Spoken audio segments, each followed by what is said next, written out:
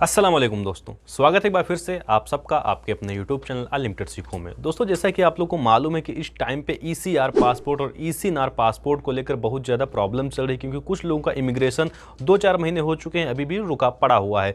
तो इस मामले में आपको जानना बहुत ज़रूरी है कि ECNR पासपोर्ट क्या होता है और ECR पासपोर्ट क्या होता है, और आपको इमिग्रेशन कराने की ज़रूरत क्या पड़ती है, कैसे पड़ती है और इमिग्रेशन कहाँ पर होता है। और इसी के साथ साथ ये चीज़ जानने की बहुत ज़्यादा ज़रूरत है कि आप इन पासपोर्ट में फ़र्क कैसे समझ पाएंगे, कैसे पहचान पाएंगे कि आपका पासपोर्ट ECNR है या फिर ECR है। अगर आपका पासपोर्ट ECR है तो आप इस पासपोर्ट को यानी पुराने पासपोर्ट को आप ECNR पासपोर्ट में कैसे कन्वर्ट करा सकते हैं, पूरी डिटेल बताएंगे आज की इस वीडियो में। लेकिन उससे पहले आप लोगों से रिक्वेस्ट है कि अगर आपने अभी तक अनलिमिटेड सीखो चैनल को सब्सक्राइब नहीं किया तो सब्सक्राइब करके बेल आइकन को जरूर दबा दीजिए, साथ ही नोटिफिकेशन बेल को दबा के वहां पर ऑल पे क्लिक कर लीजिए, जिससे कि आने वाली हर वीडियो की नोटिफिकेशन आपको सबसे पहले मिलती रहे।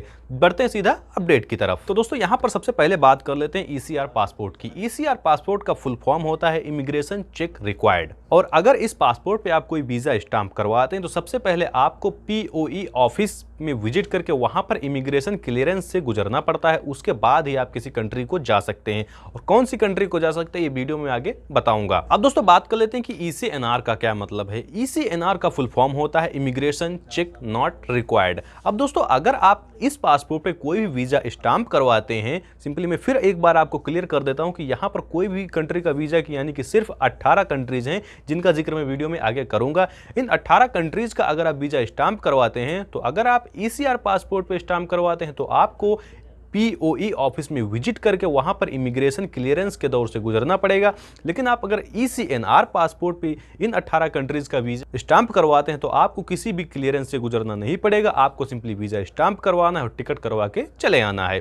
तो दोस्तों, ये हो गया डिफरेंस कि इनमें डिफरेंस होता क्या है। अब दोस्तों, बात कर लेते हैं कि आपको ECNR पासपोर्ट की जरूरत कब ज्यादा पड़ती है। इसके लिए दोस्तों मैं थोड़ा सा डिटेल से आपको बताना चाहता हूं कि अगर आप किसी भी कंट्री को जाना चाहते हैं, सिंपली आप जा सकते हैं, आपके पास पासपोर्ट ECR है या फिर ECNR है। लेकिन दोस्तों, कुछ कंट्रीज यहां पर ऐसी हैं जहां पर अगर आपके पास ECR पासपोर्ट है तो उस कंडीशन में आपको POE ऑफिस यानी प्रोटेक्टर ऑफ इमिग्रेंट्स ऑफिस में विजिट करके वहां पर इमिग्रेशन क्लियरेंस से गुजरना पड़ेगा। उसके बाद ही आपका इमिग्रेशन होगा, बाद आप इन कंट्रीज को जा सकते हैं। उन कंट्रीज के नाम क्या हैं मैं आपको बताता हूं। तो दोस्तों, इन कंट्रीज में सबसे पहले नंबर पर आता है Afghanistan, Indonesia, Bahrain, Iraq, Jordan, Kuwait, Lebanon, Libya, Malaysia, Oman, Qatar, Kingdom of Saudi Arabia या फिर सऊदीया, Sudan, South Sudan, Syria, Thailand, United Arab Emirates and Yemen.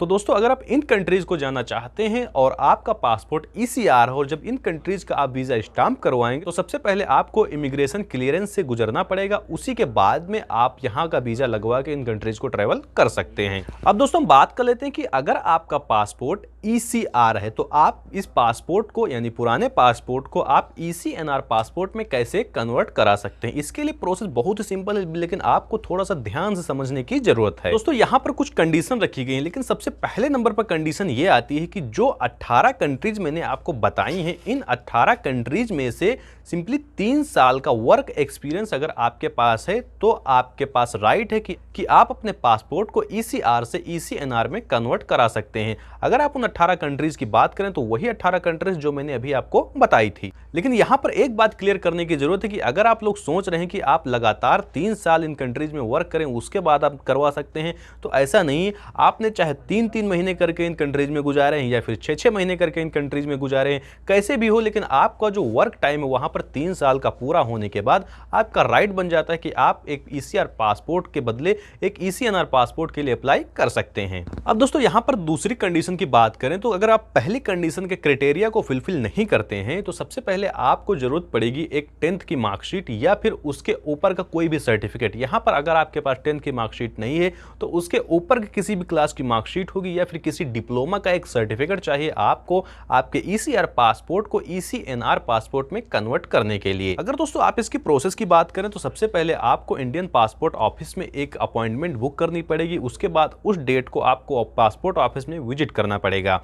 Visit करके वहाँ पर सबसे पहले आपने जो पुराना पासपोर्ट बनवाते वक्त जो डॉक्यूमेंट सबमिट किए थे उन डॉक्यूमेंट्स को आपको वहाँ पर शो ऑफ करना होगा। उसके बाद में जब वो डॉक्यूमेंट आपके सबमिट हो जाएंगे तब आपका जो पुराना पासपोर्ट वहाँ पर सबमिट कर लिया जाएगा। लेकिन दोस्तों यहाँ पर एक बात आपको ध्यान में रखनी है कि जब आप वहाँ पर विजिट करें और आप जब अपने डॉक्यूमेंट दिखा रहे हो तो जो डॉक्यूमेंट मैंने आपको बताए हैं अभी कुछ देर पहले ECR पासपोर्ट को ECNR पासपोर्ट में कन्वर्ट करने के लिए, तो सिंपली वो डॉक्यूमेंट आपके पास एक्स्ट्रा होने बहुत जरूरी है। अगर वो डॉक्यूमेंट आपके पास नहीं होंगे तो आपका पासपोर्ट कन्वर्ट नहीं होगा। वहां पर दोस्तों जब आपके सारे डॉक्यूमेंट देख लिए जाएंगे तो सिंपली आपका जो पुराना वाला ECR पासपोर्ट है वो आपका ले लिया जाएगा। वहां पर एक निरस्त की मोहर लगा दी जाएगी, यानी कि आपका पासपोर्ट पुराना कैंसिल कर दिया जाएगा। उस पासपोर्ट को आप अपने घर ला सकते हैं। उसके बाद कुछ दिनों के अंदर बाय पोस्ट आपके घर पर आपके होम एड्रेस पर एक पासपोर्ट सेंड कर दिया जाएगा जो कि एक ECNR पासपोर्ट होगा। तो दोस्तों ये प्रोसेस तो हो गई उन लोगों के लिए जो लोग इंडिया में अपनी होम कंट्री में है। लेकिन अगर आप किसी गल्फ कंट्री में है तो उसके लिए क्या प्रोसेस होगी ये भी आपके लिए जानना बहुत ज्यादा जरूरी है। तो दोस्तों इसके लिए सबसे पहले आपको आपकी इंडियन एम्बेसी में एक अपॉइंटमेंट बुक करनी है। अगर आपको अपॉइंटमेंट बुक करना नहीं आता यूट्यूब पे सर्च मारिए, बहुत सारी वीडियोज मिल जाएंगी, या फिर अगर आप कहेंगे तो मैं खुद ही एक वीडियो इस पे एक्स्ट्रा बना के डाल दूंगा। तो सबसे पहले आपको एक अपॉइंटमेंट बुक करनी है, उसके बाद आपको इंडियन एम्बेसी में विजिट करना है। जब आप वहां पर विजिट करेंगे सबसे पहले आपको ये बताना है कि मैं अपने ECR पासपोर्ट से ECNR पासपोर्ट में कन्वर्ट कराना चाहता हूं।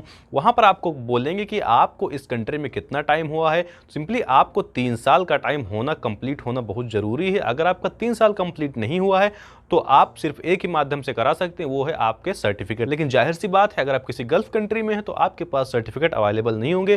तो सिंपली अगर आपको 3 साल कंप्लीट हो चुके हैं तो आप वहां पर एम्बेसी में जाइए और बताइए कि मुझे 3 साल कंप्लीट हो चुके हैं और मैं अपना पासपोर्ट चेंज करवाना चाहता हूं। तो सिंपली वहां पर जो पासपोर्ट बनवाते टाइम आपने जो डॉक्यूमेंट दिए थे वही डॉक्यूमेंट की फोटोकॉपी आपको वहां पर सबमिट करनी है और उसके बाद एम्बेसी आपका पुराना पासपोर्ट कैंसिल यानी निरस्त कर देगी।